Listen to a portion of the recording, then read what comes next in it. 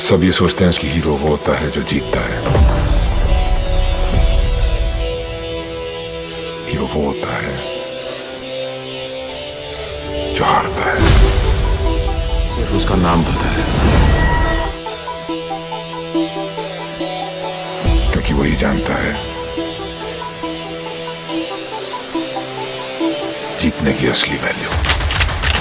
क्या राघव और सिद्धार्थ को हुई एक गलतफहमी? क्या शहनाज को शादी से नहीं भगाना था? जानेंगे इन्हीं तमाम सवालों के जवाब दोस्तों, और कहा बल्कि अपनी आज की इस वीडियो में। जानती हूँ सवाल थोड़े से अटपटे हैं, लेकिन आपको नहीं लगेंगे अटपटे अगर आपको मैं बता दूंगी कि आखिर इस फिल्म की कहानी होने क्या वाली है, और जो कि मैं बताऊंगी भी। लेकिन उससे पहले मैं स्वागत करती हूँ आपका हमारी आज की इस वीडियो में। मैं हूँ अंजलि और आप देख रहे हैं आपका अपना favourite YouTube channel podcast studios. तो चलिए दोस्तों, बिना किसी देरी के मैं बता भी दूं अपने इस वीडियो की कहानी, दास्तान, सब कुछ।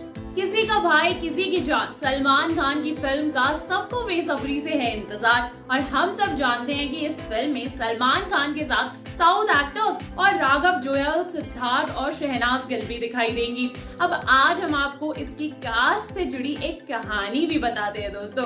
सलमान खान अपने 5 भाई दग्गुपति वेंकटेश, जग्गुपति बाबू, सिद्धार्थ निगम और राघव जुयल के साथ रहते हैं। पांचों भाई अक्सर किसी लड़ाई या किसी मुसीबत में फंसे ही रहते हैं। मान लो इनके लिए हर बात का सोल्यूशन वायलेंस ही होता है, और बड़े भाइयों के नक्शे कदम पर चलते हुए राघव और सिद्धार्थ तो आए दिन नई मुसीबत अपने सर पर रख ही लेते हैं किसी तरह।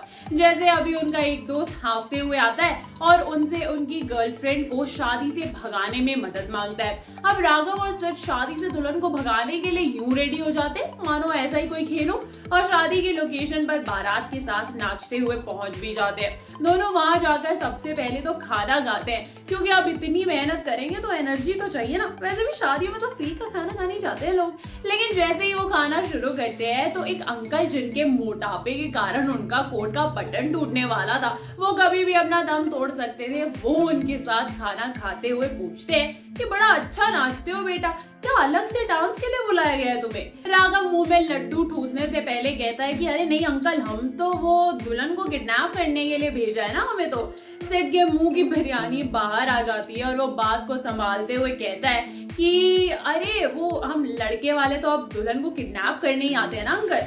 लेकिन फिर मोटे अंकल कंफ्यूज होकर एक और सवाल पूछ बैठते हैं, अच्छा लड़के वालों की तरफ से हो, पर बेटे फिर भी हम कुछ पहचाने नहीं तुम्हें। तो राघव अपनी प्लेट एक वेटर को पकड़ा कर कहता है, अरे अंकल क्या बात कर रहे हो आप, दिल दुखा दिया ना आपने मेरा।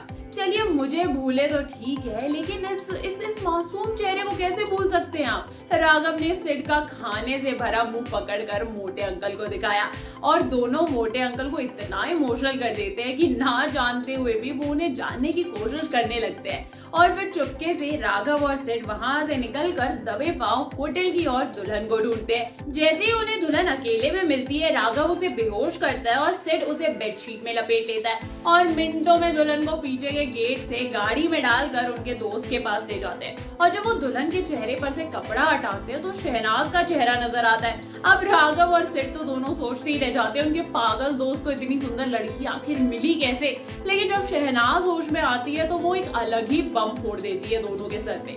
बचपन से ही शहनाज का एक ही सपना था कि वो विदेश जाकर रहे, और इसलिए वो एक एनआरआई से शादी कर रही थी।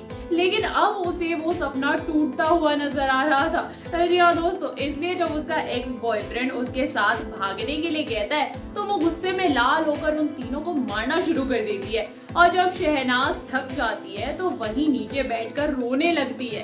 तो भाई फूटी किस्मत पे रोए ना तो क्या करे। तो राघव उससे पूछता है कि हमने तो तुम दोनों के मिलाने के लिए मतलब सब कुछ किया, और तुम खुश होने की बजाय हमें ही मार रही हो और उल्टा खुद रो भी रही हो। अब ये बात सिड भी पीछे से बोलता है। फिर शहनाज का बॉयफ्रेंड कहता है कि हाँ बेबी, तुमने ही तो कहा था कि अगर शादी के लिए लड़का ना मिलता तो मुझसे कभी ब्रेकअप ही नहीं करती, तो मुझे लगा। लेकिन शहनाज उसकी बात को काट कर कहती है, क्या लगा तुझे हाँ कि मैं तेरे साथ भागना चाहती हूँ? तुझे पता भी है कितनी मेहनत से मैंने वो एनआरआई को फंसाया था।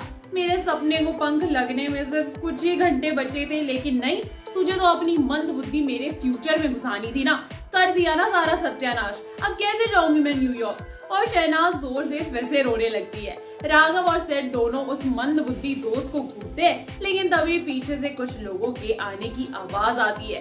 अब आखिर कौन है ये लोग, ये जानने के लिए आपको देखनी पड़ेगी और इंतजार करना पड़ेगा हमारी नेक्स्ट वीडियो का। लेकिन तब तक आप इस वीडियो को लाइक करना, शेयर करना ना भूले, साथ ही सब्सक्राइब कीजिए हमारे चैनल बॉलीवुड स्टूडियोज को।